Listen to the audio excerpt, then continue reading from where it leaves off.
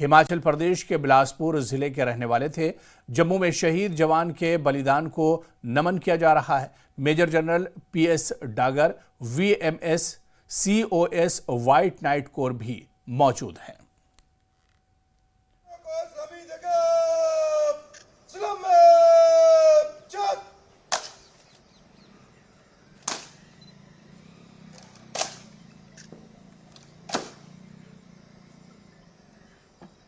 तो उधमपुर इनकाउंटर में शहीद हुए थे बलदेव।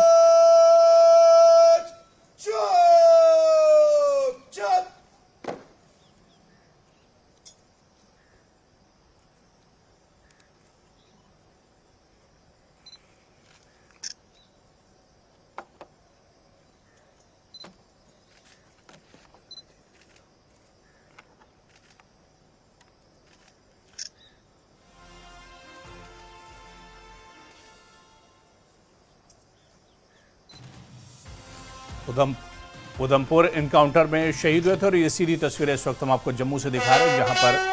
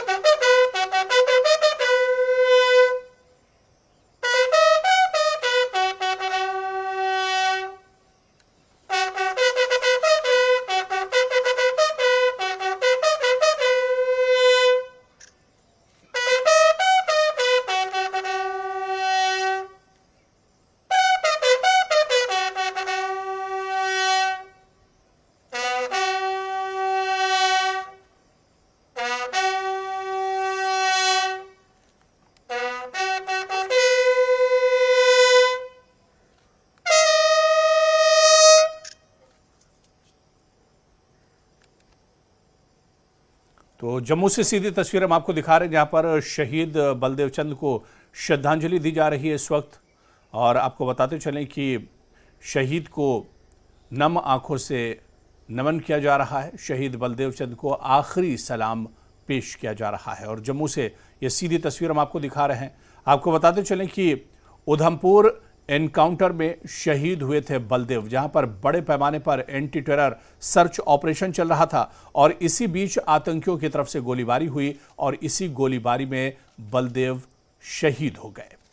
और जम्मू से सीधी तस्वीर, जहां पर शहीद को सलाम किया जा रहा है, श्रद्धांजलि पेश की जा रही है। तो शहीद बलदेव चंद को आखिरी सलाम पेश किया जा रहा है, उन्हें श्रद्धांजलि पेश की जा रही है। आपको बताते चले कि हिमाचल के बिलासपुर जिले के रहने वाले थे शहीद बलदेव। शहीद बलदेव चंद को श्रद्धांजलि पेश की जा रही है और जम्मू से सीधी तस्वीर इस वक्त हम आपको दिखा रहे हैं। और सीधे रुख करेंगे जम्मू का। हमारे सहयोगी राजन वैद इस वक्त हमारे साथ जुड़े हुए हैं। राजन, बहुत दुखद, सेना का एक जवान एक बार फिर शहीद हुआ, आतंक का मोर्चा लेते हुए, आतंकवादियों के खिलाफ लड़ते हुए, और ऐसे में इस जवान को अब श्रद्धांजलि पेश की जा रही है।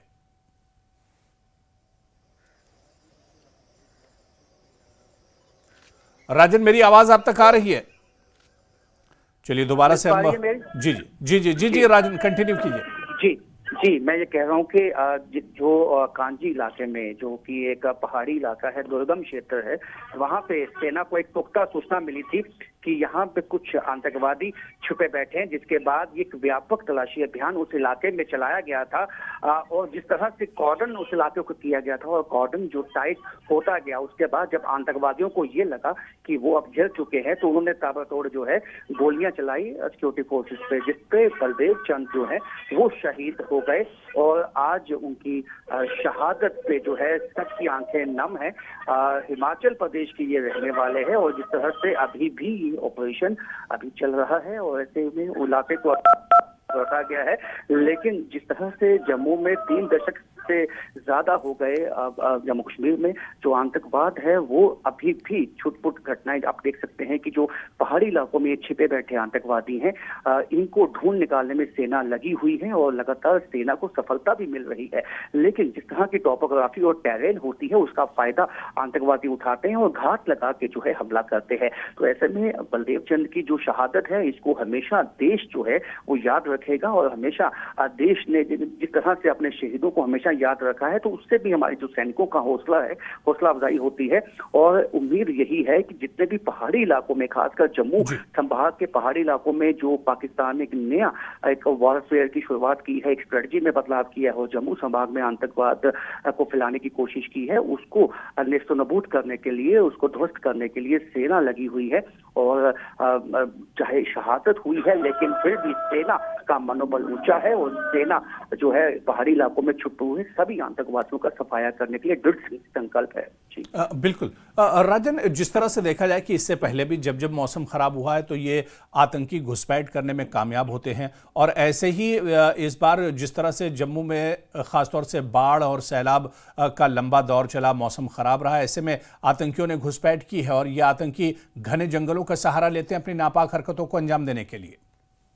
जी बिल्कुल, आपने सही कहा। देखिए कि पहले से ये इनपुट है कि 70 से 80 आतंकवादी जो लॉन्चिंग पैड्स में इस वक्त एक्टिव हैं वो घुसपैठ की कोशिश में है और जब भी मौसम का उनको फायदा मिलता है तो उसमें घुसपैठ करके पहाड़ी चोटियां, जो जम्मू संभाग की पहाड़ी चोटियां, वहां पहुंचने की उनकी कोशिश होती है, क्योंकि वहां उनको एक तरह के सेफ हेवन मिलता है। चट्टाने या गुफाएं, वहां पे नेचुरल गुफाएं ऐसी होती हैं जहां पे वो छिप जाते हैं। लेकिन इस दफा सेना ने भी, सिक्योरिटी फोर्सेस ने भी अपनी स्ट्रेटजी में बदलाव किया और पहाड़ी की चोटियों पे ही जो है वो तैनात हैं। और ऐसे में जिस तरह से कांटेक्ट होता है उसमें फायदा ये होता है कि जो आतंकवादी हैं वो छिपे घात लगा के बैठे होते हैं और उनको ये मालूम होता है कि उनकी तलाश में इस वक्त सेना की टुकड़ी निकली है। तो ऐसे में जो इनिशियल फायरिंग होती है उसमें हमेशा जो है कहीं ना कहीं नुकसान सेना को उठाना पड़ा है। लेकिन ऐसे में जो उनको आतंकवादियों को कॉर्डन ऑफ करके रखा हुआ है उस इलाके में और जल्दी ही उनका सफाया किया जाएगा। देखिए, आतंकवाद जो है पाकिस्तान की एक स्ट्रेटजी हमेशा से रही है, उसमें बदलाव नहीं आया है। हालांकि हमने ऑपरेशन सिंदूर में भी उनको मुंह तोड़ जवाब दिया और कई उनके लॉन्चिंग पैड्स हैं वो तबाह कर दिए जो पीओके में थे या पाकिस्तान में थे।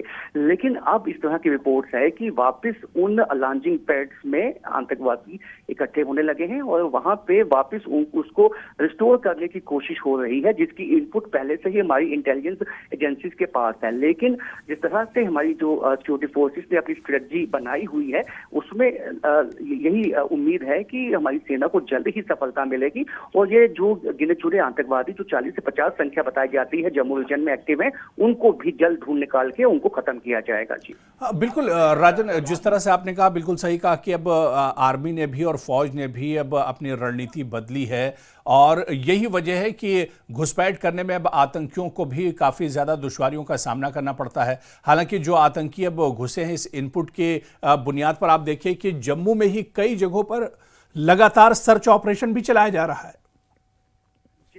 संभाग में कई जगहों पे जो सर्च ऑपरेशन चलाया गया है, आपको याद होगा पुंछ जिले में भी हाल ही में सफलता हासिल हुई है। वहां 3 आतंकवादी जो समर्थक हैं उनको पकड़ा गया है, उनके साथ उनका वेपन्स भी काफी संख्या में जो है वो उनसे मिले हैं। तो ऐसे में ये साफ है कि आतंकवादियों में बुखलाहट तो है कहीं ना कहीं, क्योंकि जो सफलता हमारी जो इंटेलिजेंस एजेंसीज को या पुलिस को या सिक्योरिटी फोर्सेज को मिली है उससे कहीं ना कहीं छटपटाहट है आईएसआई में। और वापिस इस तरह की घटनाओं को अंजाम देने की कोशिश इसलिए की जाती है कि कहीं ना कहीं क्योंकि काफी देर से जो है जम्मू संभाग में कोई ऐसी घटना नहीं हुई है, आतंकवादी कामयाब नहीं हो पाए। वो उसका जो क्रेडिट है वो हमारी सिक्योरिटी फोर्सेज को जाता है। और उसी छटपटाहट में, फ्रस्ट्रेशन में जो है आईएसआई की तरफ से कोशिश ये है कि जो अपने यहाँ पे आतंकवादी हैं उनको निर्देश दिए जाए, किसी बड़ी घटना को यहाँ पे अंजाम दिया जाए। लेकिन सिक्योरिटी फोर्सेज को दाद देनी पड़ेगी, जिस तरह से उन्होंने हर एक जो नापाक मंसूबे हैं उनको अब तक नाकाम बनाया और वो इसी बदौलत हुआ है कि हमारे जो ब्रेव सोल्जर्स हैं, जो बलदेव चंद की तरह हैं, वो तैनात हैं और वो इनकी हर एक कोशिश को नाकाम बनाने में सक्षम हैं। जी बिल्कुल, और ये बलिदान एक तरह से कहीं ना कहीं याद रखा जाएगा। और आज जिस तरह से बलदेव को सलाम पेश किया जा रहा है और पूरा मुल्क उन पर फख्र कर रहा है। बहुत बहुत शुक्रिया राजन वैद हमारे साथ जुड़ने के लिए और जानकारी साझा करने के लिए।